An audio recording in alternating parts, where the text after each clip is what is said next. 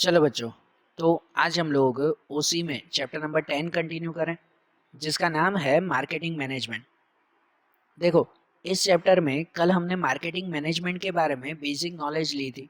हमने समझा था सबसे पहले कि मार्केटिंग मैनेजमेंट किसे कहते हैं। मार्केटिंग मतलब ये कहलाता है कि कोई भी प्रोडक्ट को प्रोड्यूसर से कंज्यूमर तक पहुंचाना। मतलब हम अगर कोई प्रोडक्ट बना रहे हैं तो वो हमारी जगह से कंज्यूमर तक पहुंचाना और कंज्यूमर सेटिस्फेक्शन करवाना, तो वही मार्केटिंग मैनेजमेंट कहते हैं, या वो पूरी प्रोसेस मार्केटिंग कही जाती है। कि जहां मार्केटिंग की पूरी प्रोसीजर कल हमने समझी थी, और आज उसके आगे का पॉइंट अगर कंटिन्यू करें तो नेक्स्ट पॉइंट आता है हमारा आइडियोलॉजीज, कॉन्सेप्ट या व्यूज ऑफ मार्केटिंग मैनेजमेंट। कि मार्केटिंग मैनेजमेंट में कौन कौन सी चीज़ें इंक्लूड होती है, कौन कौन से आइडियोलॉजीज या कॉन्सेप्ट आते हैं। तो उनके बारे में अगर समझे तो सबसे पहला कॉन्सेप्ट आता है जिसे कहते हैं प्रोडक्शन कॉन्सेप्ट। प्रोडक्शन कॉन्सेप्ट, नाम से ही पता चलता है कि प्रोडक्शन कॉन्सेप्ट वो प्रोडक्शन ओरिएंटेड कॉन्सेप्ट है। प्रोडक्शन के अकॉर्डिंग ये कॉन्सेप्ट तैयार होता है।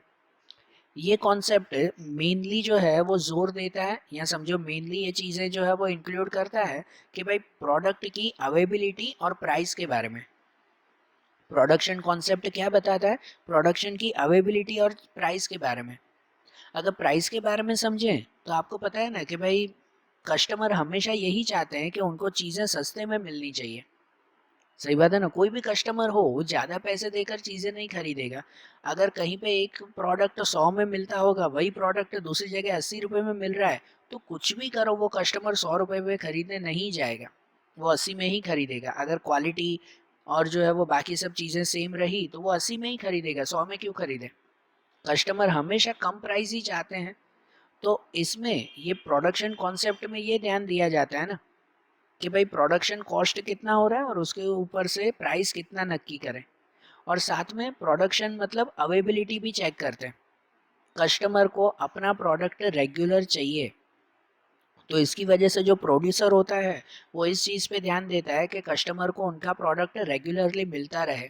मैंने कल भी आपको एक एग्जांपल दिया था कि आप लोग पार्ले के लिए और डेयरी मिल्क के लिए वो एग्जांपल याद करो, कि जिसमें आप लोग कहीं पर भी चले जाओ आपको पार्ले का बिस्किट तो मिलता ही मिलता है। कभी कोई ऐसा कहते हैं कि यार पार्ले बिस्किट ख़त्म हो गया और कल आना या हफ्ते बाद आना फिर आएगा वो, ऐसा उसके बारे में कहा जाता है? नहीं ना। इसे अवेबिलिटी कहते हैं। प्रोडक्शन कॉन्सेप्ट में ये भी ध्यान दिया जाता है कि भाई प्रोडक्ट वो हमेशा उनको मिलते रहना चाहिए कस्टमर को। शॉर्ट में अगर समझो ना तो प्रोडक्शन कॉन्सेप्ट मतलब बताता है कि भाई प्रोडक्ट की प्राइस और क्वांटिटी। क्या बताता है? प्राइस और क्वांटिटी। कि भाई प्राइस क्या नक्की होना चाहिए और क्वांटिटी कितनी, कि जिससे हमेशा लोगों को मिलता रहे। तो प्राइस और क्वांटिटी ये डिसाइड करता है। दूसरा आता है, वो आता है प्रोडक्ट कॉन्सेप्ट। वो प्रोडक्शन था, ये प्रोडक्ट था। प्रोडक्ट कॉन्सेप्ट में ये नक्की किया जाता है कि भाई प्रोडक्ट की क्वालिटी कैसे होगी, इस पे क्वालिटी नक्की करते हैं। अब आपको पता है कस्टमर जो है वो भले ही ये कहता हो कि भाई मुझे चीज़ें सस्ती चाहिए, लेकिन उसके बावजूद कस्टमर जो है वो क्वालिटी में कॉम्प्रोमाइज़ नहीं करना चाहता। बरोबर। कि सीधी सी बात है, अगर कोई भी कस्टमर चावल लेने के लिए, नॉर्मल एक राइस लेने, चावल लेने के लिए दुकान पे जा रहा है, तो एक चावल उसे जो है वो 40 रुपए किलो मिल रहे हैं, वही दूसरे चावल 10 रुपए किलो मिल रहे हैं। लेकिन वो चावल में जो है वो ऊपर से ही पता चलता है कि भाई ऊपर से कुछ क्या कहते हैं इंसेक्ट, कुछ कीड़े वहाँ पे घूम रहे हैं, धूल मिट्टी लगी हुई है, चावल बिल्कुल साफ नहीं है। और वही 40 रुपए में किलो है तो वो एकदम साफ देखने में ही चमक रहे हैं वो चावल। तो वो कौन से लेगा? कि वो सस्ते में लेगा, कि 10 रुपए किलो लेता हूँ ना, वो तो सस्ते में घर पे साफ कर लूँगा, ऐसा वो लेगा? कभी नहीं लेगा वो भले ही जो है वो प्राइस में वो यही चाहता हो कि सस्ते में मिले, लेकिन उसके साथ साथ कस्टमर क्वालिटी पे कभी भी कॉम्प्रोमाइज़ नहीं करता। इसीलिए प्रोड्यूसर प्रोड्यूसर जो है वो जब भी प्रोडक्ट बनाता है ना, तो उसमें इस प्रोडक्ट कॉन्सेप्ट में अपनी क्वालिटी ध्यान रखता है। कि जितना अच्छी क्वालिटी की चीज़ें होगी तो कस्टमर हमेशा जुड़ा रहेगा, और अच्छी क्वालिटी की चीज़ें होगी ना तो आगे चलकर उसका प्राइस बढ़ा भी सकते हैं। आपने बहुत सारी ऐसी चीज़ें देखी होगी कि पहले वो सस्ते में मिलती थी, लेकिन क्वालिटी की वजह से अगर कस्टमर कंटिन्यू जुड़े हुए हैं तो उसकी प्राइस धीरे धीरे बढ़ा दी जाती है। बरोबर ना। तो प्रोडक्ट कॉन्सेप्ट में क्या ध्यान दिया जाता है? चीज़ों की क्वालिटी के ऊपर, कि क्वालिटी में कॉम्प्रोमाइज़ ना हो। हर एक बिजनेसमैन पता है अपनी एक लिमिट, एक स्टैंडर्डाइजेशन एक बना के रखता है, स्टैंडर्डाइजेशन करके रखता है, एक लिमिट बना के रखता है कि भाई इससे ख़राब क्वालिटी या इससे नीचे हमारा प्रोडक्ट तो जाना ही नहीं चाहिए, हमेशा इसी क्वालिटी का ही हमारा प्रोडक्ट होना चाहिए, ऐसे वो डिसाइड करके रखता है। बरोबर, ये प्रोडक्ट कॉन्सेप्ट में आता है। दूसरी चीज़ आती है, वो आती है सेलिंग कॉन्सेप्ट। प्रोडक्ट कॉन्सेप्ट के बाद दूसरा सेलिंग कॉन्सेप्ट आता है। तो ये तो सीधी सी बात, ये तो नाम से भी पता चलता है कि सेलिंग कॉन्सेप्ट वो एम्फेसिस करता है या तो भाई जोर देता है किसके ऊपर, सेलिंग प्रोसेस के ऊपर। भाई प्रोड्यूसर हमेशा ये ध्यान देता है कि भाई सेलिंग एक्चुअली कैसे करनी है। सेलिंग के दो टाइप होते हैं, एक डायरेक्ट सेलिंग और एक इनडायरेक्ट सेलिंग। बरोबर ना, कि डायरेक्टली सेलिंग करनी है कि इनडायरेक्टली, वो उसमें ध्यान देता है। डायरेक्ट सेलिंग मतलब ये कहलाता है कि भाई घर घर जाकर पहुंचाना, कस्टमर के हाथों तक वो चीज़ें पहुंचाना, तो उसे डायरेक्ट सेलिंग कहते हैं। कि जहाँ पर फैक्ट्री में जो प्रोडक्ट तैयार हुए वो सेल्समैन को दे देते हैं और सेल्समैन घर घर जाकर उन्हें वो बेचते हैं, ये डायरेक्ट सेलिंग की तरह कहलाता है। और इनडायरेक्ट सेलिंग मतलब कहलाती है कि जो प्रोड्यूसर फैक्ट्री में सामान तैयार करता है वो पहले होलसेलर को देगा, उसके बाद वो होलसेलर रिटेलर को देंगे, फिर वो रिटेलर कस्टमर को देंगे।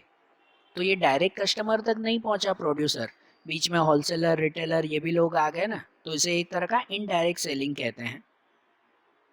बराबर, और सेलिंग के साथ साथ दूसरी चीज़ें, दूसरी मेथड भी ध्यान देते हैं, जैसे कि एडवर्टाइजमेंट करना, कैंपेन करना। बराबर ना, ये सब चीज़ें भी जो है वो उसमें ध्यान देते हैं। और ये सब चीज़ें किस लिए करते हैं, ये सब जो एडवर्टाइजमेंट या कैंपेन, अलग अलग कैंप बनाना, अलग अलग जो है वो प्रमोशन करना, ये सब क्यों करते हैं? सिर्फ इसी वजह से कि लोगों में उस प्रोडक्ट की डिमांड बढ़े, कि जिसकी वजह से जो है वो सेलिंग ज़्यादा से ज़्यादा हो। तो शॉर्ट में सेलिंग कॉन्सेप्ट में यही ध्यान दिया जाता है, कोई भी ऐसी मेथड कि जिसकी वजह से सेलिंग ज़्यादा होनी चाहिए, उसके लिए एडवर्टाइजमेंट करते हैं। फिर पता है अलग अलग जगह पर कैंप, मतलब वो देखा होगा ना, अब तो पता है वो बाइक और कार बेचने के लिए बीच रास्ते पर भी छतरी लगाकर बैठ जाते हैं। ये चीज़ें आपने आपके आसपास देखी होगी। बरोबर, इवन बाइक बेचनी हो तो शोरूम नहीं है क्या, लेकिन फिर भी बीच रास्ते पे कहीं पर छतरी लगाकर उसके, क्या कह सकते हैं, सेल्समैन वहां बैठे हुए होते हैं, एक बाइक वहां स्टेज पर रख देते हैं और छतरी लगाकर बैठ जाते हैं। भाई जिसको भी बाइक खरीदनी हो शोरूम से बदले यहाँ से भी खरीद लो, है कि नहीं? तो ये एक एडवर्टाइजमेंट का, ये कैंपेन की एक मेथड है ना। बरोबर ना, ये सब किस में आते हैं, सेलिंग कॉन्सेप्ट में, कि सेलिंग बढ़ाने की ये अलग अलग तरीके हैं। इसके बाद दूसरा आता है, वो आता है मार्केटिंग कॉन्सेप्ट। सेलिंग कॉन्सेप्ट के बाद दूसरा मार्केटिंग कॉन्सेप्ट। तो मार्केटिंग कॉन्सेप्ट मतलब भी वैसा ही कहलाता है, एक तरह से एडवर्टाइजमेंट की तरह ही, लेकिन लेकिन जो है वो क्या कह सकते हैं, एडवर्टाइजमेंट से ये थोड़ा सा अलग है। मार्केटिंग कॉन्सेप्ट एक तरह का यूजर बेस्ड कॉन्सेप्ट कहलाता है, कि जहाँ पर यूजर मतलब के कस्टमर, वो कस्टमर को कौन सा प्रोडक्ट चाहिए, कैसा चाहिए, कस्टमर की प्रेफरेंस क्या है, टेस्ट क्या है, हैबिट क्या है, उनकी इच्छाएं क्या है, उनके हिसाब से उनको जो है वो चीज़ें पहुंचाना, उनके हिसाब से चीज़ें प्रोवाइड करना और एडवर्टाइजमेंट करना, तो उसे एक तरह की मार्केटिंग कहते हैं। बरोबर ना, हम सबको पता है कि भाई मार्केट के किंग कौन, तो कस्टमर्स। बरोबर ना, तो इसीलिए कस्टमर सेटिस्फेक्शन सबसे ज़्यादा ज़रूरी है। कस्टमर खुश होंगे तो ही वो हमारे प्रोडक्ट, हमारी कंपनी के साथ जुड़े रहेंगे ना।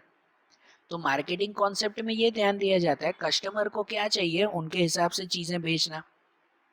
अब एक एग्जांपल दे रहा हूँ, कि सपोज कोई एक सोसाइटी है या कोई एक एरिया है, जिस एरिया में, जस्ट एक एग्जांपल है कि जिस एरिया में सब वेजिटेरियन लोग रहते हैं। कौन रहते हैं, सिर्फ वेजिटेरियन। और वहाँ पर केएफसी वाले आ गए, एक जस्ट एग्जांपल, केएफसी वाले, मुझे पता है वो भी वेज बनाते हैं लेकिन नॉन वेज की बात कर रहा हूँ, कि सपोज वो केएफसी वाले उस एरिया में आ गए और वहाँ पर बड़ी बड़ी एडवर्टाइजमेंट कर रहे हैं, ऑफर दे रहे हैं, सब कुछ दे रहे हैं। फिर भी बताओ उनकी वो बिजनेस चलेगा वहाँ पर? नहीं चलेगा ना वहाँ पे उनका बिजनेस। क्यों नहीं चलेगा? क्योंकि उस एरिया में रहते ही सब वेजिटेरियन है। अब उनको आप कितनी भी ऑफर दे दो, वो कहोगे कि पूरा संडे जितने भी जो है वो फ्री में खाना हो वो खा लो, ऐसी ऑफर भी अगर उन्हें देंगे ना तो भी कोई नहीं जाएगा। कोई भी वेज से नॉन वेज हो जाएगा वो, कि इतनी बड़ी ऑफर मिल रही है कि पूरा संडे फ्री में नॉन वेज खाओ, तो भी कोई जाएगा वहाँ पे? बिल्कुल नहीं जाएंगे। बरोबर, तो देखो एडवर्टाइजमेंट इसे कहते हैं, लेकिन मार्केटिंग ये नहीं है कि आप वेजिटेरियन एरिया में नॉनवेज चीज़ें बेचोगे, बिल्कुल नहीं चलेगा, वहाँ पर आपका बिजनेस डूब जाएगा। इसके बदले में अब केएफसी जो है वो ऐसे एरिया में आकर वो ये कहता है कि अब हमारी तरफ से वेज भी आपको लिए आ रहा है, कि अब सभी चीज़ें वेज में भी मिलेगी, तो अब लोग अट्रैक्ट होंगे कि नहीं। इसे एडवर्टाइजमेंट नहीं, इसे मार्केटिंग कहते हैं, कि लोगों की इच्छा वहाँ पर वेज खाने की है, लोगों की इच्छा वहाँ पर, लोगों की आदतें, लोगों का प्रेफरेंस वहाँ पर वैसा है, तो उनके हिसाब से उनको प्रोडक्ट दे रहे हैं, बरोबर ना, तो वो वहाँ पर ज़्यादा प्रोडक्ट वही बिकेगा ना। सही बात है ना, इसे एक तरह की मार्केटिंग कहते हैं, और बिजनेस में ये मार्केटिंग बहुत ज़रूरी है कि नहीं। सिंपल वे में समझो ना, तो मार्केटिंग मतलब वो कहलाता है कस्टमर को क्या पसंद है उसको उसके हिसाब से वो चीज़ें हाथ में दो, तो कस्टमर खुश हो जाएगा, इसे मार्केटिंग कहते हैं। एडवर्टाइजमेंट मतलब कहलाता है कि आप बस होर्डिंग्स लगा दो, लोगों को कह दो बस ये चीज़ें हैं। मार्केटिंग में लोगों को फ़ायदा बताया जाता है। तो मार्केटिंग कॉन्सेप्ट के बाद दूसरा कॉन्सेप्ट आता है, वो आता है सोशल कॉन्सेप्ट। सोशल कॉन्सेप्ट मतलब कहते हैं ना, ये सोसाइटी ओरिएंटेड कॉन्सेप्ट है। कोई भी प्रोड्यूसर या कोई भी बिजनेसमैन का मकसद खाली यही नहीं होता कि प्रोडक्ट बना लिया और उस प्रोडक्ट को जो है वो मार्केट में रख दिया, लोगों तक पहुंचा लिया, तो बस हमें प्रॉफिट मिल रहा है ना, ख़त्म बात। ऐसा नहीं, कि अगर कोई प्रोडक्ट से जो है वो सोसाइटी को, हमारे कंट्री को, हमारे लोगों को अगर नुकसान पहुंचता हो, तो उन प्रोडक्ट को लोगों से दूर रखना, ऐसे प्रोडक्ट न बनाना, तो उसे एक तरह का सोशल कॉन्सेप्ट कहते हैं। मतलब जिसमें कस्टमर का भी ध्यान रखना, अपने प्रॉफिट का भी ध्यान रखना, साथ में पूरी सोसाइटी का भी ध्यान रखना, कि जिससे जो है वो सोसाइटी में कोई तरह का नुकसान ना हो। अब इनका एक एग्जांपल बता रहा हूँ, कि जैसे जो है वो रिसेंटली ये चलता है कि हर जगह पर जो है प्लास्टिक बैन हो रहा है, प्लास्टिक की चीज़ें बंद कर रहे हैं, बरोबर ना। तो इसीलिए कुछ बिजनेसमैन ने अब ऐसा शुरू कर दिया कि कस्टमर को चीज़ें तो देनी है, लेकिन अब पहले जो प्लास्टिक की थैलियाँ देते थे ना, अब उसकी जगह पर पेपर बैग दे रहे हैं। आप लोग मॉल वगैरह में जाते हो या कहीं पे जाते हो तो पहले पता है प्लास्टिक की चीज़ें मिलती, थैलियाँ मिलती थी। अब अब जो है वो पेपर बैग्स मिलते हैं, है कि नहीं। और वो ऐसे कह के देते हैं कि भाई इस प्लास्टिक से जो है वो सोसाइटी को नुकसान पहुंच रहा है, इसलिए हम लोग प्लास्टिक अब बंद करते हैं, अब चीज़ें आपको पेपर बैग में मिलेगी। तो बताओ, उन्होंने कस्टमर का भी ध्यान रखा, अपना प्रॉफिट का भी ध्यान रखा, साथ में सोसाइटी का भी ध्यान रखा कि प्लास्टिक से नुकसान ना हो। ये कॉन्सेप्ट एक तरह का सोशल कॉन्सेप्ट कहलाता है, बरोबर ना, कि जिसमें ये सब चीज़ें जो है वो ये ध्यान देते हैं, है कि नहीं। कि भाई कितनी जगह पर जो पॉल्यूशन हो रहा है, तो पॉल्यूशन की रोकने के लिए जो है वो अब बिजनेसमैन अलग अलग प्रोग्राम्स या कहो अलग अलग टेक्नोलॉजी यूज़ करते हैं, अलग अलग चीज़ें यूज़ करते हैं, कि उनके बिजनेस की वजह से जो है वो कोई भी तरह का पॉल्यूशन ना हो। अब एडवर्टाइजमेंट भी ऐसे की जाती है कि जिससे जो है वो लोग या कस्टमर इस तरह से अट्रैक्ट हो कि भाई हम लोग सोसाइटी के लिए कुछ भला कर रहे हैं, ऐसी एडवर्टाइजमेंट की जाती है, बरोबर ना। कि जैसे आप लोगों को वो ध्यान होगा, कितनी जगह पर अब ऐसी एडवर्टाइजमेंट आती है कि भाई ये प्रोडक्ट खरीदो, ये पॉल्यूशन फ्री है, या ये प्रोडक्ट खरीदो कि भाई इसमें कोई भी तरह के हार्मफुल एलिमेंट हमने नहीं डाले हैं, ऐसे करके एडवर्टाइजमेंट आती है ना, बरोबर ना। कि जिससे वो समझाना चाहते हैं कि देखो सोसाइटी को हम लोग कोई तरह का नुकसान नहीं पहुंचा रहे हैं। अब कुछ चीज़ें ऐसे होती हैं कि जिन्हें उन बिजनेसमैन को कंपलसरी बेचना होता है, लेकिन फिर भी जो है वो उन्हें लोगों को एक वार्निंग की तरह एक सोशल मैसेज वहां पर रखते हैं। अब जैसे आप लोगों को ये ध्यान है, टोबैको जैसी चीज़ है, सिगरेट जैसी चीज़ है, बरोबर ना। अब ये चीज़ बहुत हार्मफुल है लोगों के लिए, आप सबको पता है ना। जो लिक्वर है मतलब दारू जैसी चीज़ें सबके लिए हार्मफुल है, लेकिन ये बेचना बंद कर देंगे।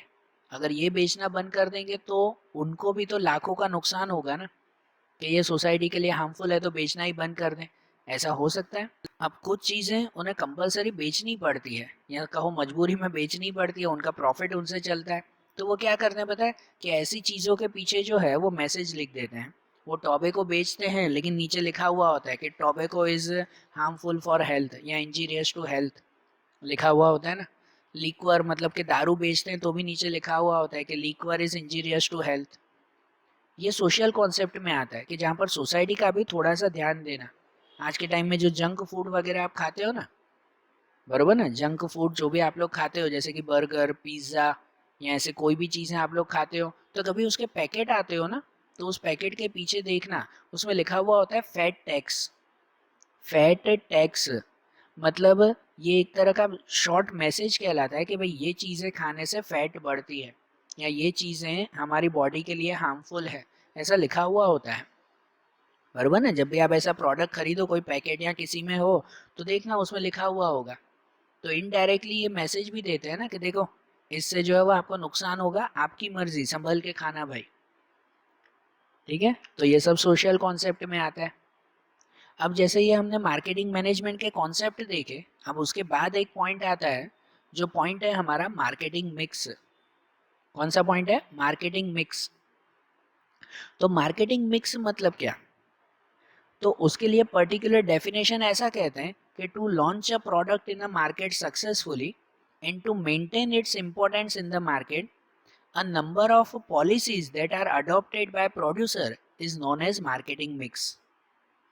कि भाई मार्केट में अपना प्रोडक्ट सक्सेसफुली रखना, दूसरा मार्केट में उस प्रोडक्ट की इम्पोर्टेंस बनाए रखना, बरोबर ना। इसके लिए प्रोड्यूसर जो अलग अलग पॉलिसीज अपनाता है, अलग अलग रूल्स बनाता है, अलग अलग क्या कहते हैं मेथड अपनाता है, तो उन मेथड्स को कहते हैं मार्केटिंग मिक्स। सिंपल वे में कहो तो मार्केटिंग मिक्स का मतलब ये कहलाता है कि प्रोडक्ट मार्केट में रखना और उसे हमेशा संभाल कर रखना। संभाल कर रखना मतलब कि कस्टमर हमेशा आपके साथ जुड़े रहें, ऐसा प्रोडक्ट जो है वो मार्केट में प्रोवाइड करना। तो इस पूरी प्रोसेस को, तो उसके लिए अलग अलग जो रूल्स मेथड अगर अपनाते हो तो उसे मार्केटिंग मिक्स कहते हैं। कहते हैं कि मार्केटिंग मिक्स में जनरली 4 पॉलिसी अपनाई जाती है, जिन 4 पॉलिसीज को 4P कहते हैं। 4P कहा जाता है, जिनमें 4P में आते हैं product, price, place and promotion. 4P कौन कौन से? 4P product, price, place and promotion. बरोबर, इन चारों के बारे में अगर हम लोग समझें, मार्केटिंग में ये 4P के बारे में अगर हम लोग समझें ना, तो जिनमें सबसे पहला P आता है वो आता है प्रोडक्ट। उनके बारे में समझे सबसे पहले प्रोडक्ट के बारे में।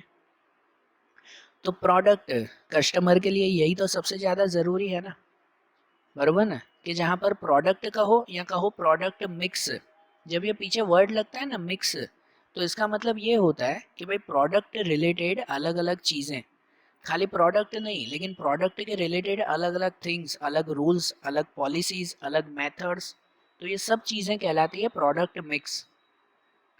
तो प्रोडक्ट मिक्स में कौन कौन सी चीज़ें इंक्लूड होती है कि प्रोडक्ट में कैसे फीचर्स होने चाहिए, उसकी पैकिंग कैसी, ब्रांडिंग कैसी, लेबलिंग कैसी, आफ्टर सेल सर्विसेज क्या क्या होनी चाहिए, तो ये सब प्रोडक्ट मिक्स में आ जाता है। बराबर, अगर आप लोग कोई भी प्रोडक्ट बिना सोचे समझे मार्केट में रख दोगे, तो क्या लोग उसको एक्सेप्ट करेंगे या लोग खरीदेंगे? नहीं, लोग हर चीज़ चेक करते हैं, कस्टमर होता है ना, चेक करता है उस प्रोडक्ट की पैकिंग कैसी है, लेबलिंग कैसी है, या फिर वो प्रोडक्ट कितना मशहूर है, ये सब चीज़ें वो चेक करता है ना, उसके बाद ही कस्टमर प्रोडक्ट खरीदता है। तो इसीलिए प्रोडक्ट मिक्स में प्रोडक्ट रिलेटेड ये सब चीज़ें ध्यान देना बहुत ज़रूरी है, कि जिसमें से कुछ चीज़ें हम लोग यहाँ पर समझें, जिनमें सबसे पहली चीज़ है वो आती है ब्रांडिंग। कि एक ब्रांड बनाना, हमेशा अपना प्रोडक्ट बाकी सबसे अलग दिखे ना, तो इसके लिए जो है वो ब्रांडिंग बहुत ज़रूरी है।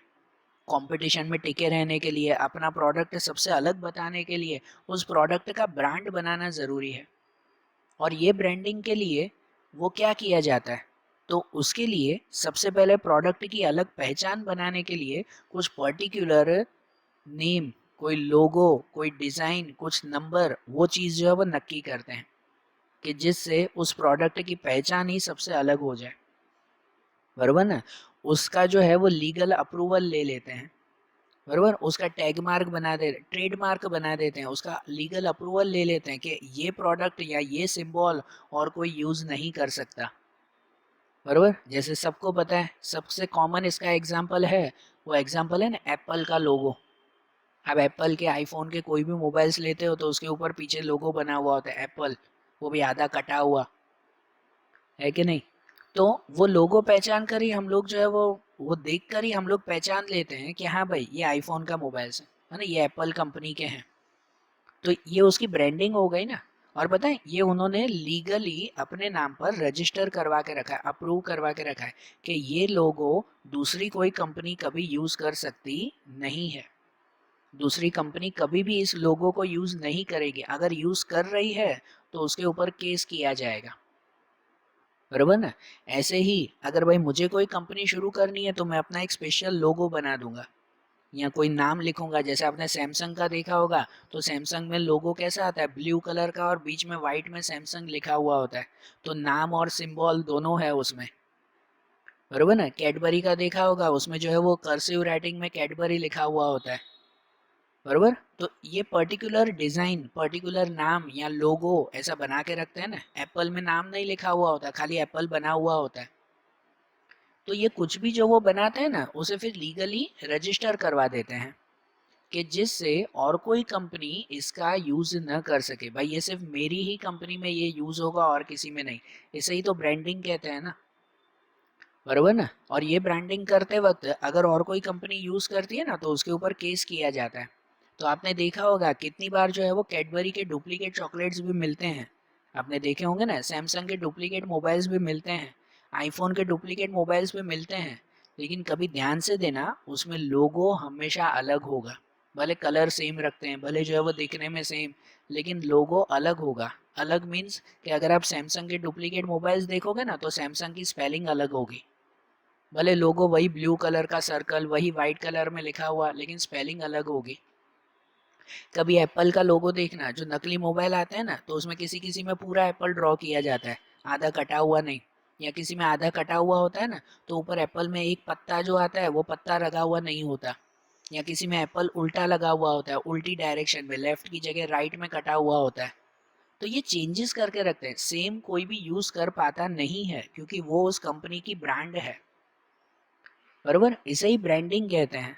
और ब्रांडिंग से फायदा क्या होता है, ब्रांडिंग से फायदा ये है कि कस्टमर्स जो होते हैं ना, उन्हें उसकी क्वालिटी के ऊपर विश्वास होता है कि नहीं भाई, वो लोगो देखकर पहचान लेते हैं, नहीं एप्पल कंपनी मतलब सबसे अच्छी कंपनी होगी। उसके ऊपर एक तरह का विश्वास हो जाता है ना, एक तरह की कंसिस्टेंसी बैठती है उसके ऊपर। लेबलिंग की वजह से ही जो है, लेबलिंग की वजह से ही वो उनका प्रोडक्ट बाकी सबसे अलग दिखता है। ये ब्रांडिंग की वजह से जो लोगो वगैरह बनाते हैं, तो उनकी वजह से प्रोडक्ट बाकी सबसे अलग दिखता है, बरोबर ना। ये लोगो जो है वो फिर हर जगह पर यूज करते हैं। फिर पता है कोई भी उसकी पैकिंग हो, या फिर जो है वो उसके दूसरे कोई प्रोडक्ट बनाए गए हो, या कहीं पर भी ये लोगो एक एडवर्टाइजमेंट की तरह भी यूज हो जाता है। अब एप्पल, जो एप्पल मोबाइल के बारे में ही बात कर रहे हैं, कहीं पर भी ये एप्पल खाली छपा हुआ भी हो ना, अब भले कंप्यूटर पे छपा हुआ हो, कोई बॉक्स पे छपा हुआ हो, तो दूर से ही पता चल जाता है हाँ ये इस कंपनी का है। तो समझो एडवर्टाइजमेंट की तरह भी इसका यूज होता है ना, बरोबर ना।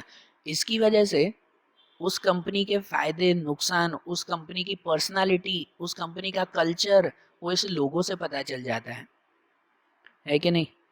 इनकी वजह से कितनी बार ऐसे ब्रांडिंग की वजह से ही जो है वो उसका प्रोडक्ट हाई प्राइस में भी बिकता है, ठीक है ना।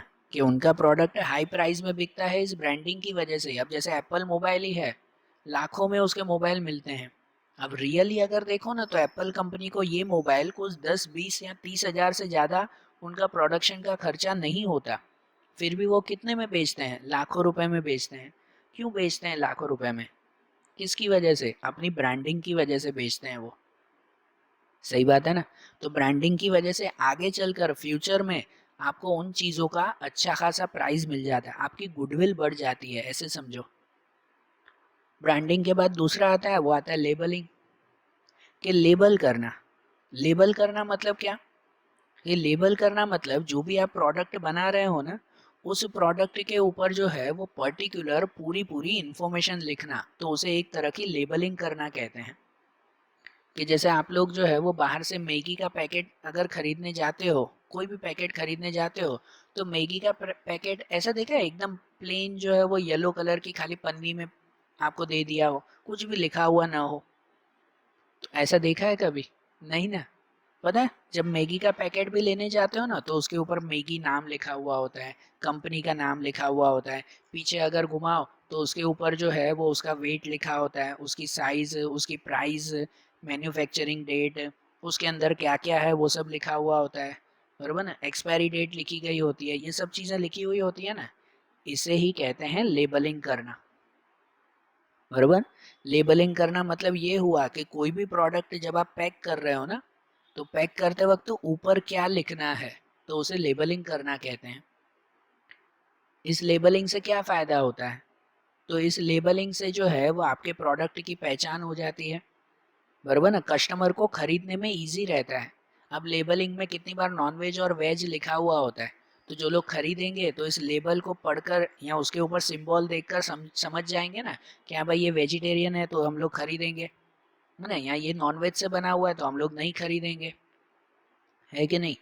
उसकी क्वालिटी के बारे में, वो कौन सा प्रोडक्ट कौन से टाइप का है, इसके बारे में पूरी इन्फॉर्मेशन वो इस लेबल से ही पता चलती है कि नहीं। अब आप कोई भी प्रोडक्ट खरीदते हो तो उसमें सब चीज़ें पहले आगे पीछे वगैरह चेक करते हो ना कि भाई प्रोडक्ट कैसा बना हुआ है, इसके अंदर क्या क्या चीज़ें डली हुई है, उसके बाद ही जो है वो उसमें क्या कह सकते हैं फिर वो चीज़ें खरीदते हो आप लोग। तो ये सब लेबलिंग में ही लगा हुआ होता है ना। लेबलिंग में कितनी बार ये भी लिखा हुआ होता है कि उसका डायरेक्शन ऑफ यूज़ क्या है, मतलब उसको यूज़ कैसे करना है। वो जो मैं आपको मैगी का एग्जांपल दे रहा था, छोटा सा मैगी का पैकेट भी आप बाहर से खरीदो ना तो उसमें चेक करना कि उसके पीछे भी जो है वो शॉर्ट में लिखा हुआ होता है मैगी बनानी कैसी है।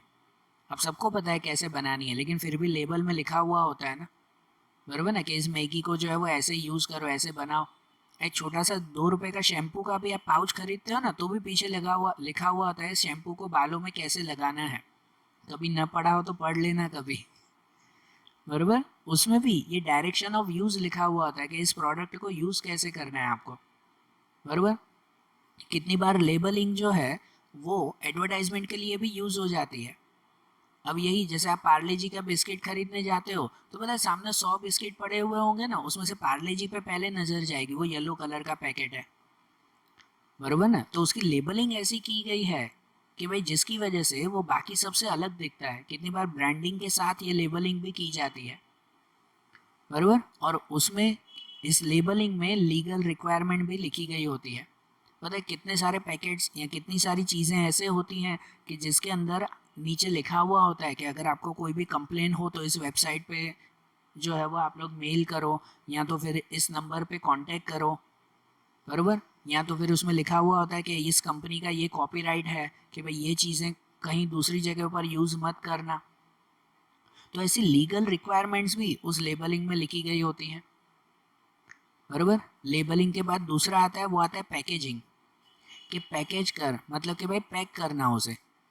पैकेजिंग भी मार्केटिंग के लिए बहुत ज़रूरी है कि आपके प्रोडक्ट की पैकिंग कैसी है वो कस्टमर को सबसे ज़्यादा अट्रैक्ट करता है। कि अगर आपने पैकिंग अच्छी तरह से की है ना तो कस्टमर आपके पास ज़्यादा जल्दी अट्रैक्ट होंगे। पैकिंग में बहुत सारे ऑप्शन आते हैं, कोई भी चीज़ पैक करनी है तो कैसे पैक करनी है भाई, प्लास्टिक की थैलियों में, कपड़े की थैलियों में, कोई जो है वो बॉक्स में कि कांच के बॉक्स में, कैसे पैक करना है, सबकी अलग अलग पैकिंग आती है ना, बरोबर ना। पैकिंग का मेन फंक्शन तो ये है कि उस प्रोडक्ट को प्रोटेक्शन देना। मैगी कभी खुले में आती है, खुली जो है वो कोई पैकिंग वगैरह ना हो, ऐसे ही खुले हाथ में दे दें तोल कर, जैसे जो है वो आप क्या कह सकते हैं दूसरी पल्सेस वगैरह दाल वगैरह खरीदने जाते हो ऐसे मैगी भी तोल कर देते हो तो कैसे चले, नहीं ना। पैकिंग का मेन मकसद होता है कि भाई प्रोडक्ट को प्रोटेक्शन देना और उसके साथ है प्रोडक्ट को अट्रैक्टिव बनाना कि जिससे कस्टमर अट्रैक्ट हो उसमें, बराबर। कि ट्रांसपोर्ट भी जब करना हो तो ट्रांसपोर्ट के वक्त ख़राब ना हो चीज़ें, इतनी अच्छी तरह से पैकिंग की जाती है, सही बात है ना। तो ये पैकिंग भी तो मार्केटिंग में ज़रूरी है ना, बराबर ना। कल मैंने आपको एक एग्जांपल दिया था, आज भी वही बता रहा हूँ आपको कि पैकिंग से कस्टमर जल्दी अट्रैक्ट होते हैं।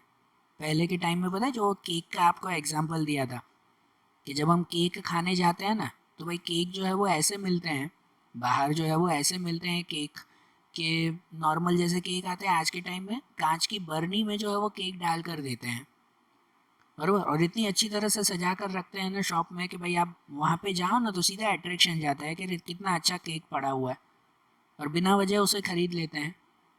अब वही चीज़ खाली जो देखो पैकिंग अलग तरह से, तो फिर उसका जो है वो एडवर्टाइजमेंट ही अलग तरह से हो गई ना फिर, बराबर ना। तो देखो ये छोटी छोटी चीज़ें मार्केटिंग में बहुत असर करती है। तो देखो अब जैसे आज हमने जैसे ये प्रोडक्ट के बारे में समझा ना, बराबर ना। अब वैसे ही इनके जो 4P में से एक P हमने समझा, अब इनके जो बाकी के P हैं, मतलब जो दूसरे जो है वो कॉन्सेप्ट हैं मार्केटिंग मिक्स के, वो अब हम लोग अगले वीडियोस में देखेंगे। Okay, thank you.